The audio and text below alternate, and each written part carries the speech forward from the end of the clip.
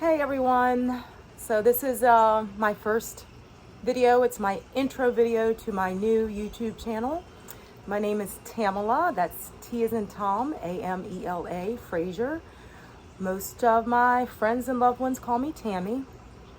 I like them both, so whatever. I am 51, almost 52. I'll be 52 at the end of this month, September of 2022. And I am have started a journey that is, as my aunt would say, not of my choosing, but my following after my mother, who was the first one to have a breast cancer diagnosis back when I was in high school, and she is not a survivor. She lost her battle after 5 years in remission. So that seems like a lifetime ago, of 1991, she passed away. So I've kind of made it my business, my mission, if you will, to do the best that I could to control the controllable risk factors of breast cancer.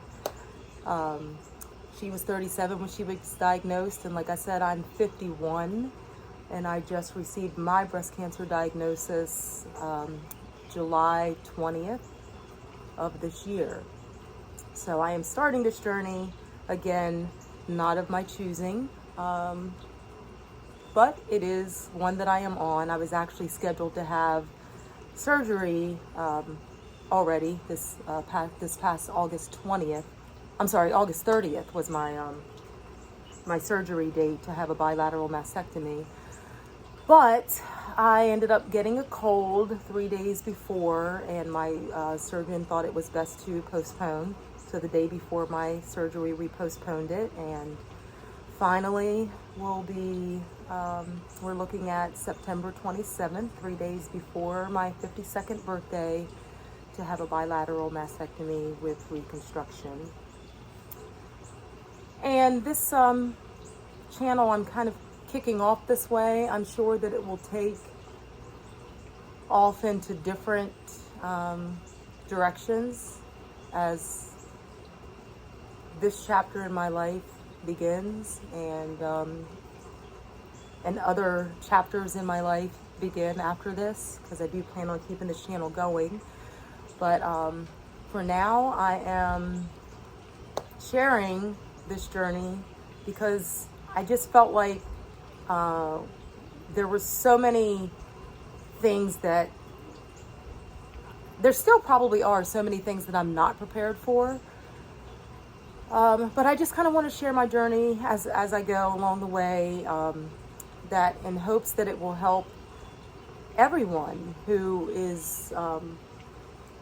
has been affected or is or will be affected by breast cancer. It does not only affect the person that is diagnosed, it affects everybody that they know. In fact, the day that I got my diagnosis and I was dealing with it myself, I was honestly 99.9% sure that the diagnosis was going to be cancer. So it wasn't a shock, but no matter how much you prepare yourself for it, it's, there's still a moment, and you still have to process it yourself. And then that evening, when I started thinking about telling my family and friends, because nobody else even knew, except for my husband, nobody else even knew that I was waiting to find out whether I had breast cancer or not. So when I had the thought of telling my closest family and friends, it brought on a whole nother wave of emotions. You're kind of processing it and dealing with it yourself.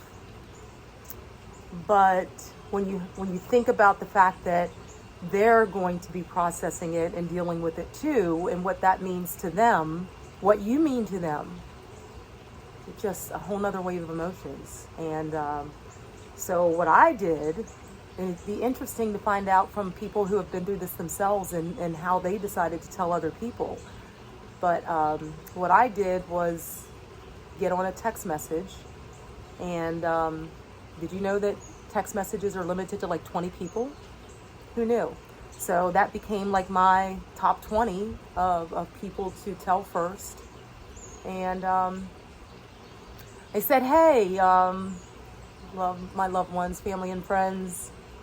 First of all, do not respond directly to this group text because that's annoying. Don't you hate group texts? I hate them. But and I said, I'm sure that there is a much better and more appropriate way to do this. But I wanted to let everyone know, and I couldn't even imagine deciding who to tell first or talking to each individual person. There was no possible way that I felt like I could emotionally do that at the time. So I let him know that I had received a breast cancer diagnosis that day. At that point in time, I didn't know what stage. I didn't know what type of breast cancer. Did you know there's more than one type of breast cancer? I didn't know what stage, what type. I knew nothing other than the fact that my diagnosis was cancer. So that was a Wednesday, I believe, July 20th, 2022, I believe was a Wednesday. The doctor told me that they have forwarded my case to a specific surgeon, breast surgeon specialist in the area, and that I would be able to expect to hear from her. And then my appointment with her was set for that following Monday. Now, can you imagine not knowing any other information for the rest of the week, through the weekend? I couldn't imagine. So, and I'm not the type of person to just kind of sit around and wait. So I called the doctor's office the following day, that Thursday. She returned my call on Friday, and I was able to find out some preliminary information. I am stage 1. I was able to find out that it is invasive ductal carcinoma. So that's the type, grade 2 growth rate, hormone positive, HER2 negative. Now, even having a mother who had breast cancer, there's a lot of that I didn't know what any of that meant. So what I needed to know at that time was, if you have a breast cancer diagnosis, all of these things are favorable. So it is, out of a worst case scenario of having breast cancer, it is the best case, I think.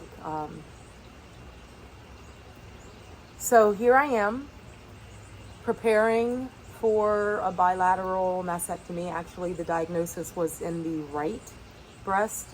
There are some areas of concern in the left. One of them has come back benign. The other one, I just said, can you just go ahead and biopsy that one after surgery, because I've already decided to have a bilateral regardless. And that's a whole nother thing. I did have the genetic testing back in 2018, I believe it was. I did not have the BRCA gene or any other mutation that is connected to breast cancer. But I'm going to give you guys some information about that too, because I want people to be aware that your genetic testing might be telling you that there isn't anything, but there might be something. Because my mother has 3 sisters who have since been diagnosed after her. They are all survivors, thank goodness.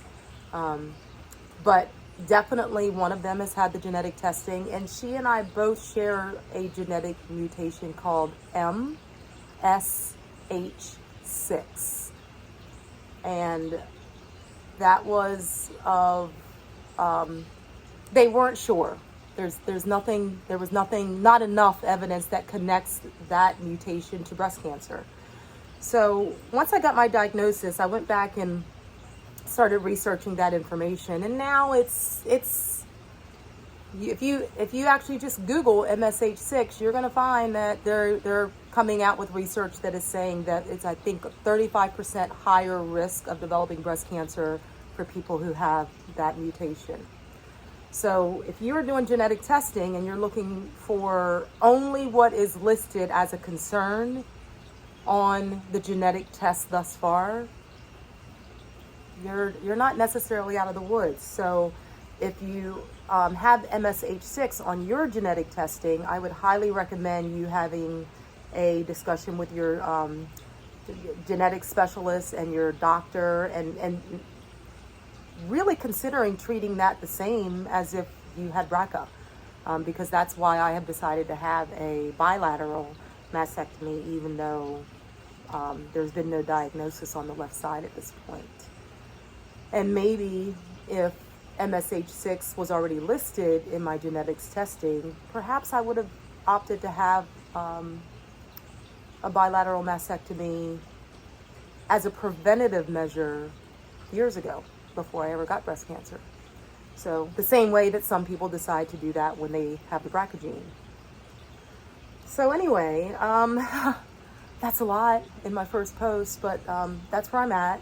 I've been pretty open. I actually did share my diagnosis with my with parents of my students at school. I teach middle school, 7th and 8th graders, and allowed them to be able to discuss my diagnosis with students the last week that I was at school before I was due to leave for surgery, and invited my students to ask me questions. If you have questions, if you just want to give words of encouragement, or if you're comfortable not saying anything at all, that's okay.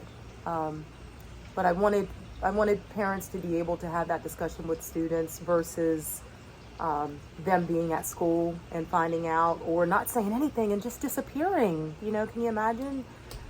You definitely don't want middle schoolers trying to figure out and hypothesize why their teacher has disappeared. That's for sure.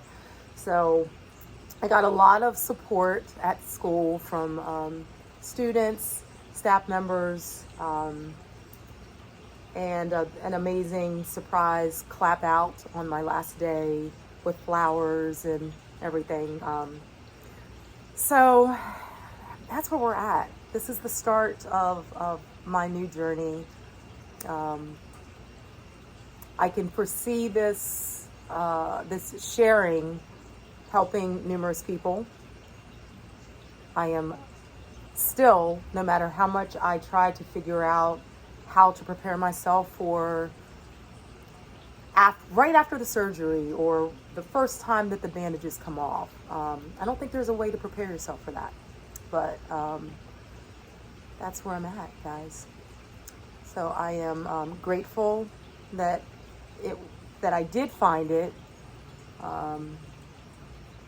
early enough that it's stage 1, because I did actually find it. I was scheduled to go for my annual in August, and I found it in June and called them up and said, hey, I've got something going on. We can't wait until August. So, and with holidays in there and different doctor's appointments that I needed to have prior to the biopsy, and then having the biopsy, it wasn't until July 20th that I actually got the diagnosis. But I am grateful but like I said, grateful that I found it early, and I have faith not only in my survivorship. I don't even honestly have a big concern about that at this point, but in the treatment that's going to be necessary. I have, and you guys can, I don't know if I'm right. I have nothing to base it on. I feel like I'm not going to need chemo. I won't know about that until about 3 weeks after the surgery. I won't know whether I need chemo or not. But I'm feeling like I might need radiation. That's kind of what I'm feeling. So we'll see if I'm right. I call it my spidey cancer senses. That's what I'm working with.